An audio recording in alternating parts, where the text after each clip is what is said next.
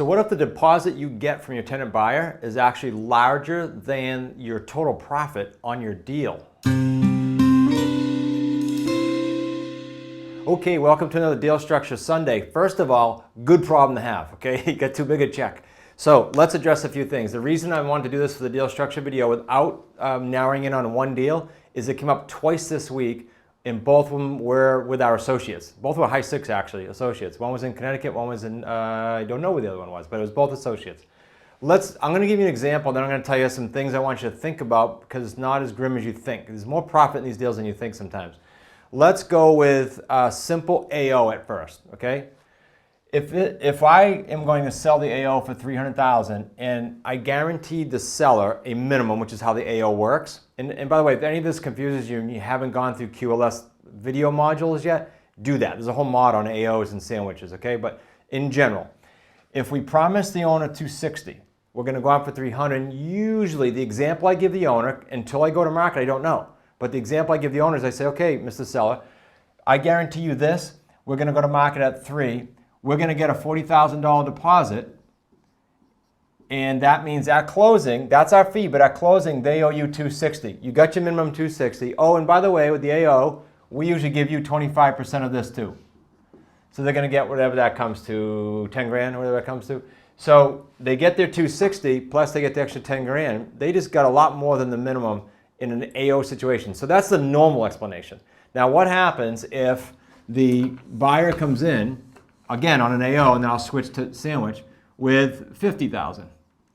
Well, this is gonna come up with your sellers, so you have to just say, don't worry about it. I have guaranteed you $260.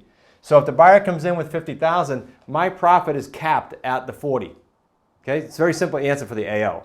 Now, that doesn't matter even if it's $100,000. You are capped. By the spread, you guaranteed them this, unless you went higher here, okay? Now, on a sandwich, a little different. On a sandwich, let's do the same, let's say 50,000.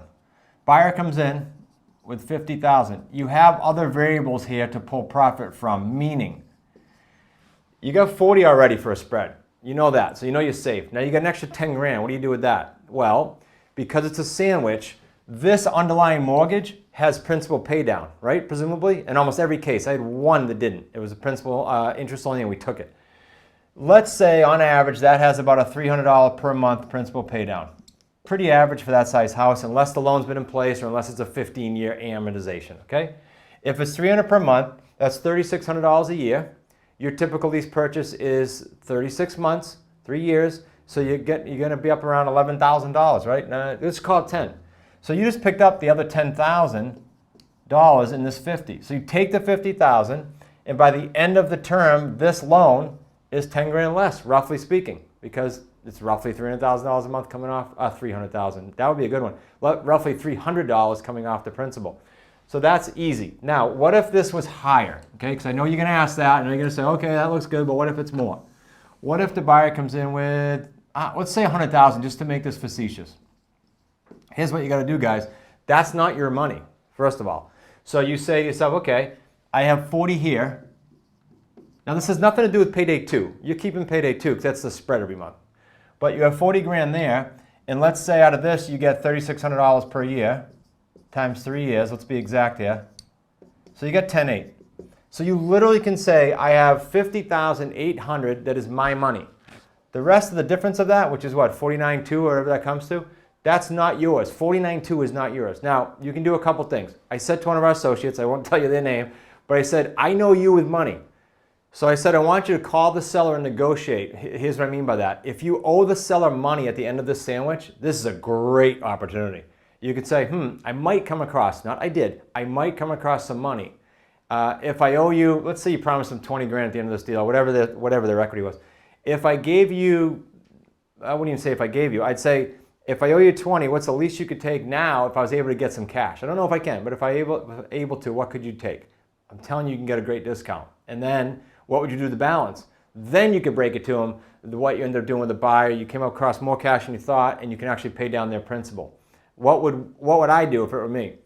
I would actually do that. I'd call the seller and try to negotiate, and then I'd put the difference into a savings account. Why not? And leave it in your bank if you have the discipline to not touch it. It's not your money.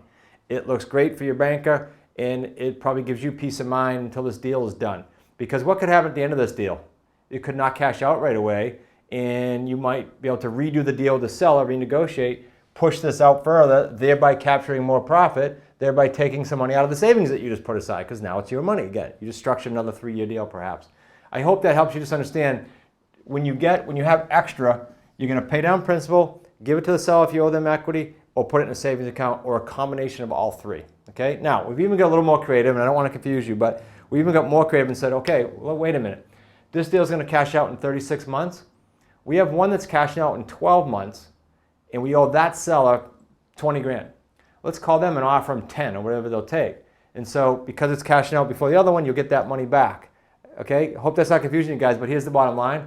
These deals came from associates. If you're in the trenches with us doing deals, we're going to find money in these deals for you. Absolutely. And we're going to help protect you so you don't spend it because it's not your money. Hope that helped you. Thanks for tuning in to another Deal Structure Sunday. Questions on this deal, I'm sure I created them, or questions on other deals, go ahead and write them right here and we'll go ahead and answer them or create a new video just for you. Thanks for tuning in, and I look forward to seeing you at one of the live events this year, QLS Live or Business Scaling Secrets. Make sure you register here.